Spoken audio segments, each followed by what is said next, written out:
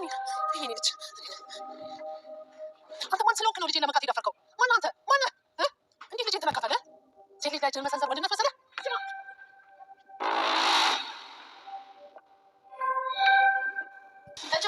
ጠጪው አንቺ ላይ ነስ ማን ነስ ሄደህ ሆነ ጠጪው አረደቱ ምን ይላል?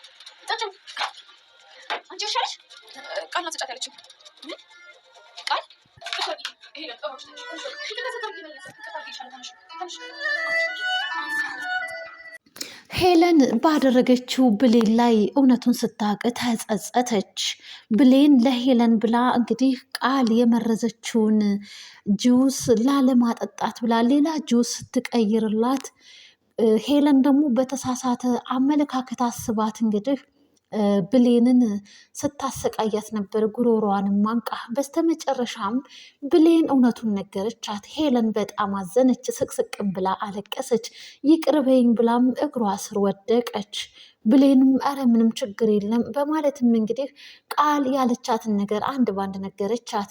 አንቺ እኮ ባለውለታዬና ሕይወቴን የታደግሽ ሰውነሽ በማለት ስለ ብሌን እንግዲህ አልቅሳ ብሌንን ያደረገቻትን ድርጊት ስቅስቅ ብላ እያለቀሰች እንግዲህ ይቅርታ ብላ እግሯ ስር ወድቃ ተመልክተናታል ማለት ነው።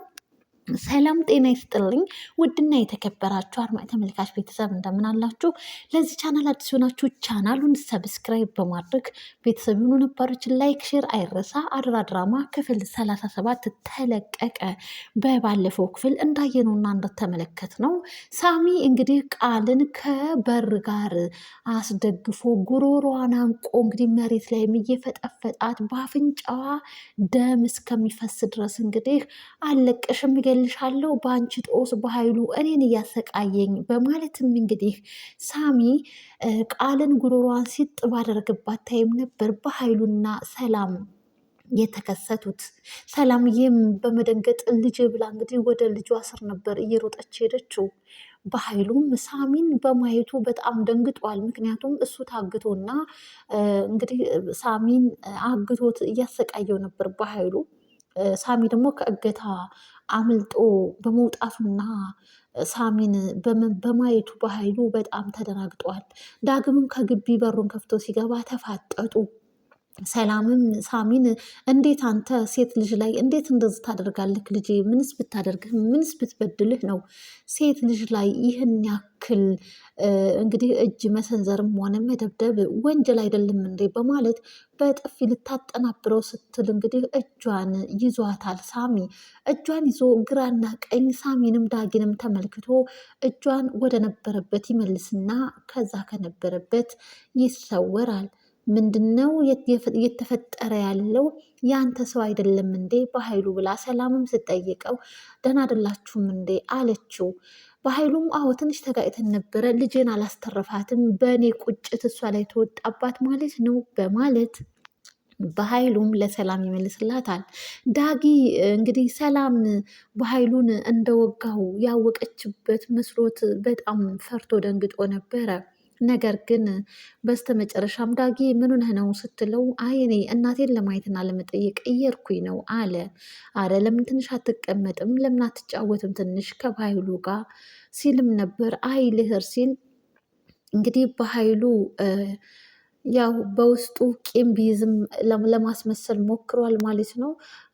ምን ሆነህ ነው? ደህና አይደለህም እንደ የደነገጥክ ትመስላለህ ሲለው አይ መጥቶ እኔን ሐኪም ቤት ስላልጠየቀኝ ደንግጦ ነው አሁን እኔን ሲያይ ምናምን በማለት እንግዲህ ነገራቶችን ማለባበስ ጀመረ በኃይሉ።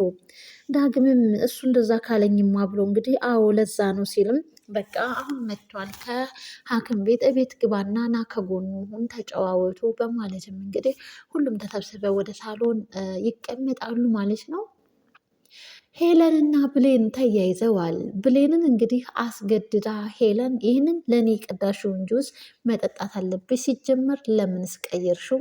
ምን አድርገሽበትና ምንስ ባደርግሽ ነው ለእኔ መርዝ ልትሰጭኝ ነው እንዲህ ብላ በተሳሳተ መንገድ አስባት ነበረ። ነገር ግን ከብዙ ውጣ ውረድና ድካም በኋላ ብሌን እውነታውን ለሄለን ነገረቻት። ሄለንም ባደረገችው ነገር ብሌን ላይ በጣም ተጸጸተች። ዳጊና ቃል እንግዲህ በሳሎን ቃል ከዳግም አጠገብ ሽጉጥ ብላ ተቀምጣለች። ያው በበቀልም በክፋትም ቢሆን ያወራሉ። ሰላም ፊት ደህና ሰው መስለው በኃይሉና ዳግም እንግዲህ በውስጣቸው ዳግምም አንተን በሞጋቴ ምንም የሚጸጽተኝ ነገር የለም የእጅህንና የስራህን ያገኘኸው በማለትም በውስጡ ያወራል።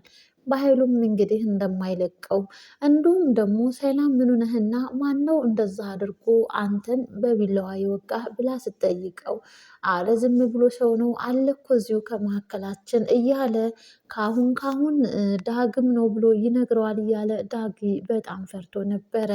ነገር ግን አሁን ገና ሳያድግ አደኩኝ ብሎ ነው። እናም እንግዲህ እኔ ለራሴ እመክረዋለሁኝ አስተካክለዋለሁ እያለ በኃይሉ ዳግምን እንግዲህ በኢንዳይሬክት መንገድ እያስጠነቀቀው ይገኛል። ዳግምም አሃ ለካ ቂም ይዞብኛል ማለት ነው፣ ከዚህ የበለጠ መጠንቀቅ አለብኝ በማለትም እንግዲህ ያው በኃይሉ ጋር ለመጋፈጥ እንግዲህ ራሱን ማዘጋጀት እንዳለበት ገብቶታል፣ ተረድቷል ማለት ነው። ሌላው እንግዲህ እንደ የገነት አይነት ጎረቤት አስመሳይ ሰው ለማንም አይስጥ ያስብላል፣ ለብርና ለገንዘብ በማለትም እናም እንግዲህ ከገነት አንድ በአንድ ነገሮችን ልቅም አድርጋ ከወሰደች በኋላ በኃይሉ ነግረዋለች ስለ አቶ ሰለሞን ሞት በማለትም እንግዲህ ጉዳዩን በደንብ አርጋ ፍርጥርጥ አርጋም እንግዲህ መንገድ ጀምራለች ማለት ነው። በኃይሉ በጣም ደንግጧል። ምክንያቱም እነሱ ሳያውቁኝ አጠፋቸዋለሁ የሚል አላማና ሀሳብ ነበረው። ነገር ግን አሁን ላይ ደግሞ ወይዘሮ ገነት በኃይሉ እንደሆነ ባለቤቷን የቀጠፈባት በአሰቃቂና በጭካኔ ሁኔታ የዳግምን አባት የገደለው በኃይሉ እንደሆነ ለገነት ስለነገረቻት ገነትም እንግዲህ ገነት ለጎረቤቷ ስለነገረቻት ያቺ ጎረቤቷም እንግዲህ አሳልፋ ለበኃይሉ ነግረዋለች ማለት ነው በስልክ። በኃይሉም በመስማቱ እጅጉን በጣም ተደናግጦም ተመልክተነዋል ማለት ነው። እጅጉን በጣም የሚያሳዝን ታሪክ ነው። ብሌንና ዳጊ እጅጉን በጣም ተጣልተዋል። ብሌን እንግዲህ ወደ ሳሎን ስትሄድ ቃል ከዳግም ስር ሽጉጥ ብላ እጇንና እጁን አንድ ላይ እንግዲህ ተሳስረው ቁጭ ብለው ነበረ ስትመለከታቸው። ኦኬ እንዲህ ነው ማለት ነው፣ ነገሩን ጠበቅ አድርገው ይዘውታል ማለት ነው በማለት ብሌንም በኃይሉን እንኳን ደህና መጣህ እንኳን እግዚአብሔር አተረፈክ ብላ ከሳሎን ትመለሳለች ማለት ነው። ቁጭ ብላ እንግዲህ በር ላይም እያለቀሰች ነው። ብሌን ማልቀስ ነው ስራዋ። እናም እንግዲህ ዳግምም አጠገቧ ሄዶ እንዳሰብሽውና እንደምታስቢው አይደለም፣ እኔ እኮ አልወዳትም፣ አንድ ቀን ብቻ እኮ ነው የሳምኳትም በማለት ቢነግራትም ብሌን እጅግ በጣም በሚያሳዝነው ነገር ልቧ ተሰብሯል። ከአጠገቤ ሄድ፣ ከአጠገቤ ጥፋ በማለትም ተስፋ የሚያስቆርጡ ነገሮች ብትነግረውም በንግግሯ እና እሱ ባደረገው እና በተገበረው ነገር ዳግም እንግዲህ በቃ ከአጠገቤ ሄድ ጥፋ ስትለው እሱም ታዛዥ ነው እና ሂድ ስትለው ሄዷል። ነገር ግን በውስጧ እንዲሄድ አትፈልግም ነበረ። አይ ፍቅር እንግዲህ ደስ የሚል ስቃይም ነው። ሆኖም ግን በጣም አሁን ላይ ዳግምና ብሌን በቃል ምክንያት እያደረጁ ያሉትን ፍቅር እንግዲህ አበላሽተውታል ማለት ነው። በጣም ነው የሚያሳዝነው። እናም እንግዲህ ወይዘሮ ገነት በኃይሉ ይህንን ሚስጥር ቢያቅ እኔ እና ዳግም እንግዲህ የሰለሞን ባለቤቱ መሆኔን እንዲሁም ደግሞ ዳግም የሰለሞን ልጅ መሆኑን ካወቀ ሊገለንም ይችላል እያለች በውስጧም እንግዲህ እያብሰለሰለች ትገኛለች ማለት ነው። በጣም የሚያሳዝን ታሪክ ነው። ውድና የተከበራችሁ አድማጭ ተመልካች ቤተሰብ አደራ ድራማ የክፍል 37 ይህን ይመስላል። በቀጣይ ክፍልስ ምን ይከሰት ይሆን? እንግዲህ ሚስጥሯን ከወይዘሮ ገነት አንድ ብላ ልቅም አድርጋ ጎረቤቷ ለበኃይሉ ነግረዋለች።